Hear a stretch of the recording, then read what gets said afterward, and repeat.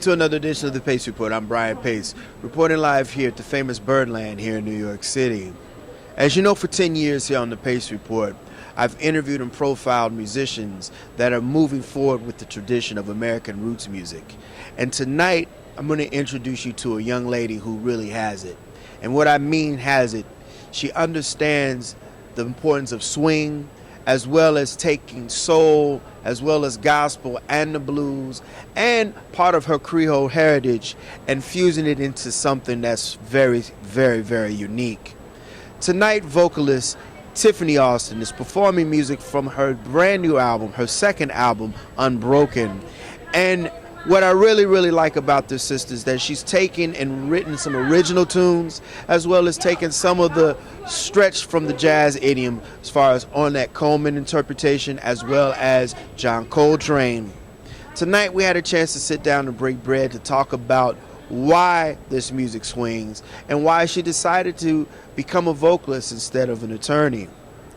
So sit back, relax, and enjoy highlights of the official New York record release of Miss Tiffany Austin performing music from her new album, Unbroken, on the Pace Report, reporting live here at Birdland, here in New York City.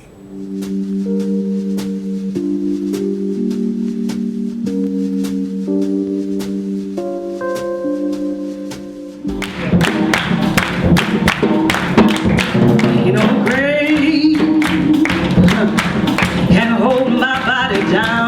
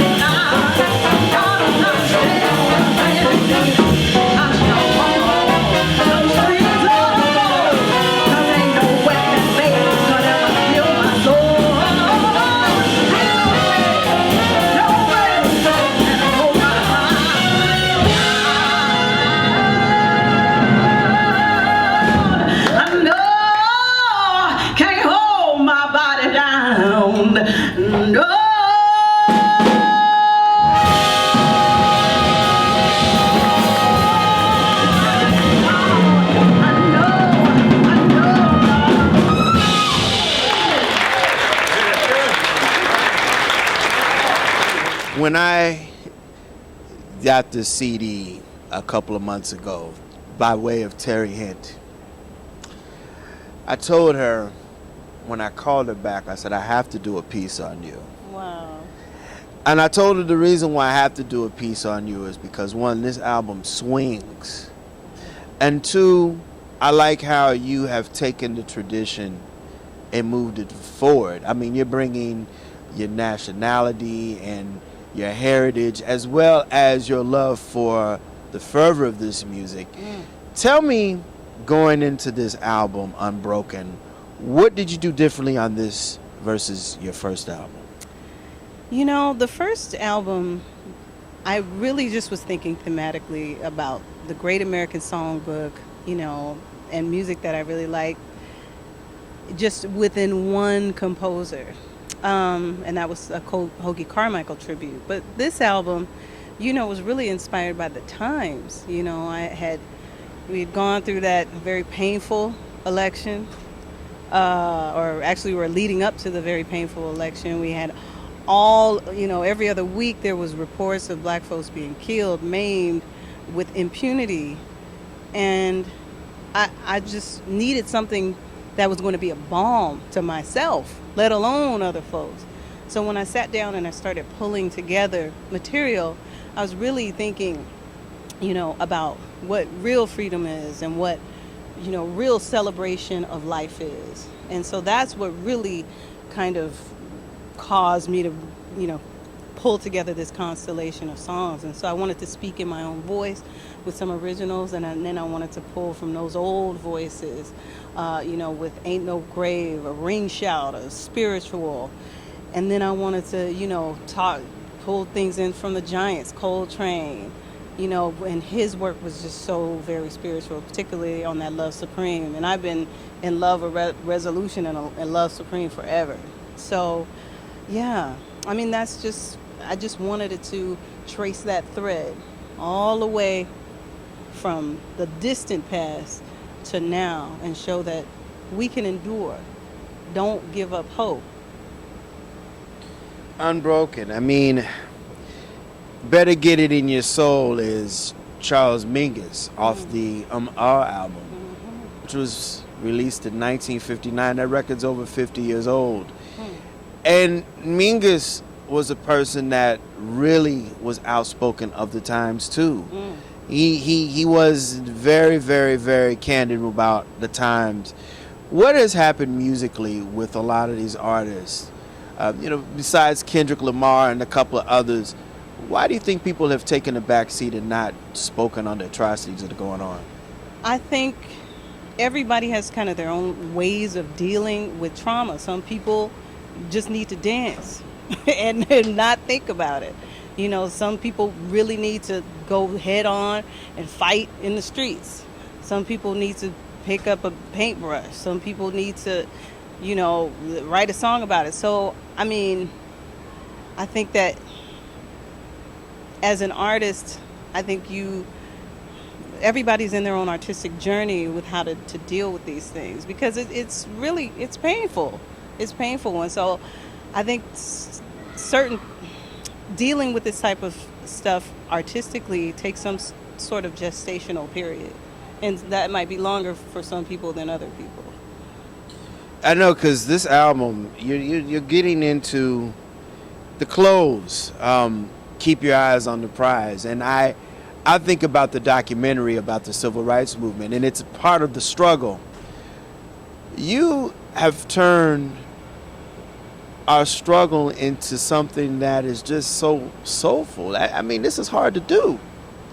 Well, for me, soul is like the whole heart of everything. And that goes, for me, it goes beyond even blackness. It's like the whole aim of real living for me is being soulful. So the lyrics I wrote to Better Get It in Your Soul, first line, soul is something that, you know, we all hold deep down. When you get the feeling, boy, you got to let it out. And so, I mean, yeah, that for me is just kind of the meaning of life, is just to be soulful in all things.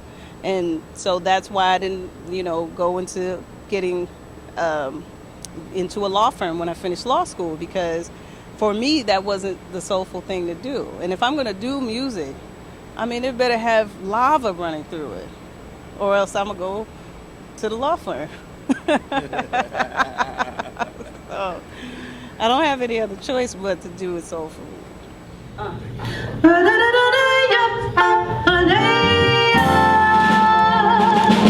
Whenever you're feeling low, there's only one thing you wanna know.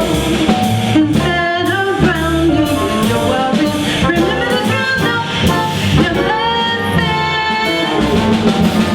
Whenever you're feeling sad and running for the things you wish you had, just know we only have a moment, so go on and count up your blessings.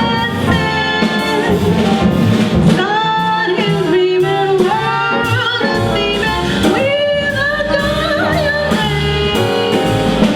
Reach and grab it, you can have it, all is yours today.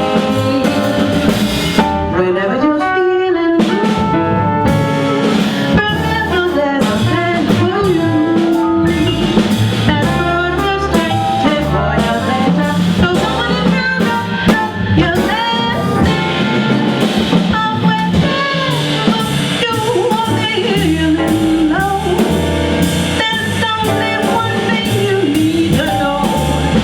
Instead of letting your worries, just remember to count all of your blessings. Whenever you're feeling sad, fighting for the things you wish you had, just know we only have a moment. Count all of your blessings. 'Cause the sun is beaming, world is beaming, with the sun adore your name. Reach out and grab it, you know you can have it all, it's yours to claim. So whenever you feel blue, just know there's a man for you, and that is orchestrated for your pleasure. So go on, count all of your blessings, yeah, get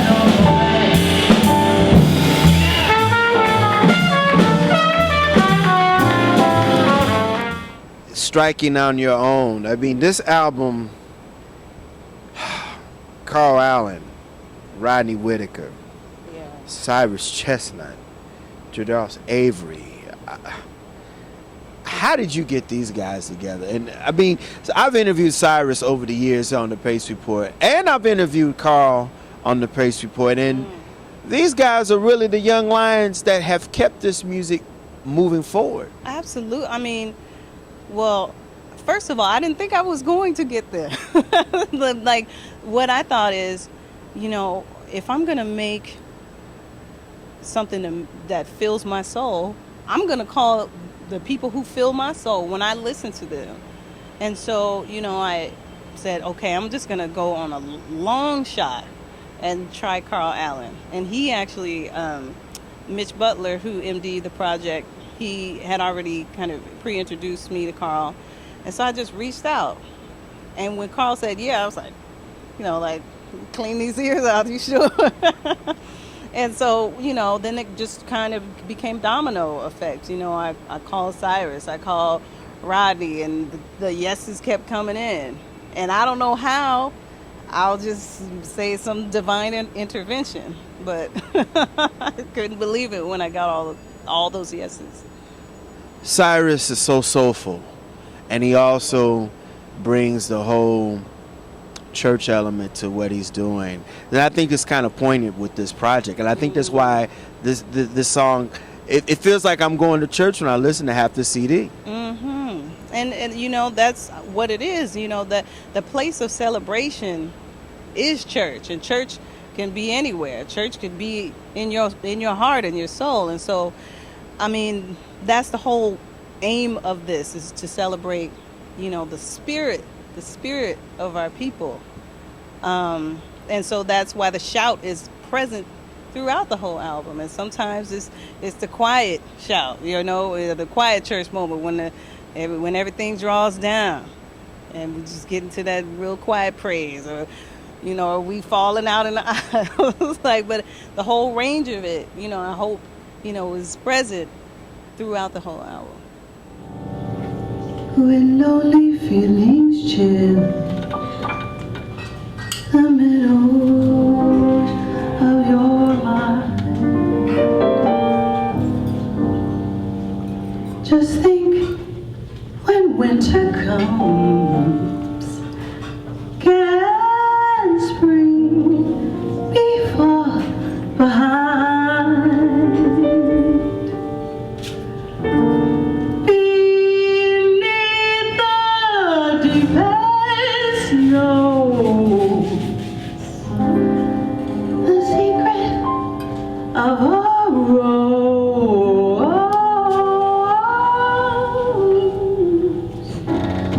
is merely that it knows you must believe in spring.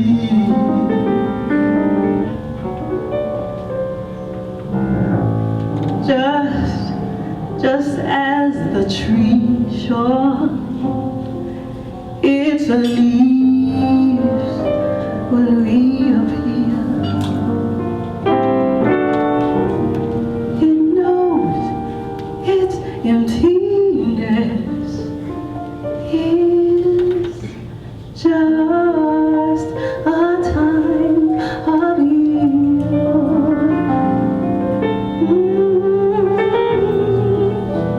The frozen mountain dreams of April's melting streams. How crystal clear it seems we must believe in spring. Oh, just we must believe in love. Trust it's on its way. So in a world of snow, of things that come and go,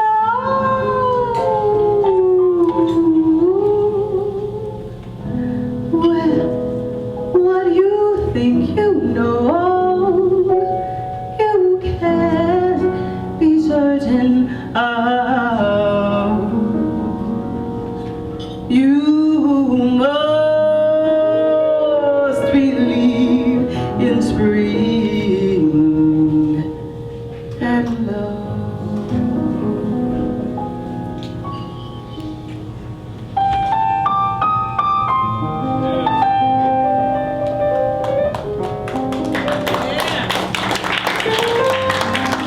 I'm listening to you, and I want to make a far assumption, because I'm not supposed to do this as a journalist. But if I'm a betting man, one of your favorite vocalists who you looked up to was Ella Fitzgerald. Absolutely. That was actually Ella. I was obsessed with Ella when I was a kid. And I would play Azure Moon. I remember I had a little, I think a single cassette of her, Ella singing Azure Moon. Just terrible. I was just dating myself. And then I remember when I was growing up with my brother, he was a rapper and he had all this beautiful vinyl. And I snuck into his room and I found Ella singing Night in Tunisia. And when she scattered over that break, I almost left my body. I said, okay, I love this. I want to learn how to do it. So Ella kind of was ever present in my musical education. And then later on, I was always kind of listening to R&B and pop and things like that. And so all of that kind of fed in. Big fan of Aretha, Nina Simone, and what I noticed in all of those voices was, even if somebody was doing pyrotechnics or they weren't, like Billie, you could feel them. They kind of rattled your bones. Billie kind of told stories. Yeah. You could hear her sincerity through the songs that the words she's conveying. Yeah, yeah. And I mean, just the fact that growing up on kind of pop and R&B, it makes you think that the money shots are all the high notes and the riffs and all that stuff. And I'm not saying there's not a place for that, but growing up on that and then turning to Billie, but she's not doing all of that, and she will make you cry your eyes out. I said, oh, that's real singing. Because it's running through my body. It's not, ooh, pretty colors. Oh, nice, bubblegum.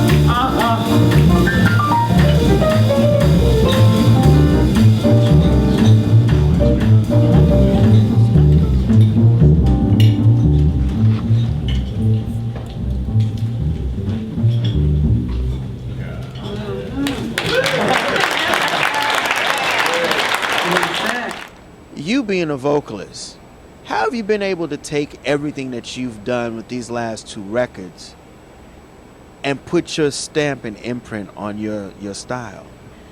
Gosh, that's a big question. I mean, it's like asking someone like, how do you speak in your own voice, right? That's kind of the ever, I guess, yeah, that's the ongoing challenge, of being an artist, period, is having your own voice. And all I can say about that is kind of unfettering myself to what someone else has put on paper or what someone else has put, in a melody, and really going into how it feels. I forget, there's a quote, I forget who said it, but a great vocalist was talking about wearing a song, and so that's what I try to do. I try to get all inside the song to where it's just me having this conversation, and the conversation is not only, with my fellow musicians, but it's like I'm trying to talk to the people on the other side of the stage, and I'm trying to talk to myself, and I'm trying to talk to my grandma, and I'm trying to listen to the people who came over on the ships. And so all of that kind of informs what I'm doing. And I think if I think about it like a conversation, just like you saying hello is going to be different from the way I say hello, even though it's a very succinct phrase and not a lot going on. But if you're inside of the moment and you speak, it's you. So that's where I try to live when I'm inside of the music. Your brother, I was shocked And I'm a hip hop head. Mm, Roscos, yeah. how? I guess the music is in the DNA, but your brother is one of, in my opinion, one of the most criminally underrated West Coast rappers of his generation. But he did bring some very different, unique flavor to the hip hop game. Mm. How was it like growing up with him? You know what? It was like being inside on a wild ride, or kind of spectating on a wild ride, because in our family my grandma, my mom's side of the family were sharecroppers, and then my parents were the first wave of folks in the family who got some financial security. So everything was really about like get a job, get an education, and then get locked in for the rest of your life. And so to see my brother just veer off and without fear to just go straight into music. Well, that's what the hip hop generation is all about. Yeah, yeah. And so, I just, the biggest thing that I learned from spectating my brother's career was that, if you just go hard at your art, it just happens. It just opens, it rolls out, and it may not be the way that you expect it to be, but it's gonna fill your life, fill your soul. So I don't know. I actually called my brother, when I finished the album. I said, I just want to thank you so much for showing me that I could make a living and a life out of music, because I didn't think that it was possible. I didn't think that it was something I could allow myself to. Did going to Japan after school, perfecting your craft as a vocalist, help you really kind of find your way? Absolutely.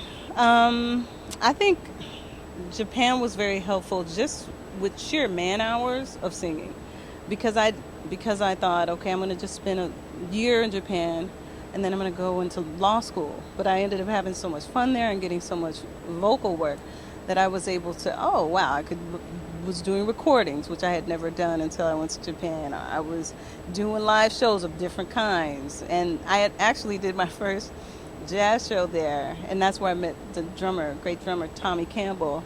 And it was like a really horrible show. I hope nobody filmed, nobody recorded. But he came up to me afterwards and he's like, you want to work with me? Because at that time, I had a lot of musical education, but I rejected it because I said, I just want to sing. I don't want all this math and science. And so then I realized, oh, I need all this math and science. And so that was kind of the first time in my life that I got all those hours of working my voice. I had a mentor who really cared about, my advancement in the craft. And then, just the time and space to work through those things. And I think law school was kind of a great experience just to let me know how to work the business side of things. And I know how to now take a good kicking, because law school definitely teaches you a lot of tolerance and a lot of perseverance. With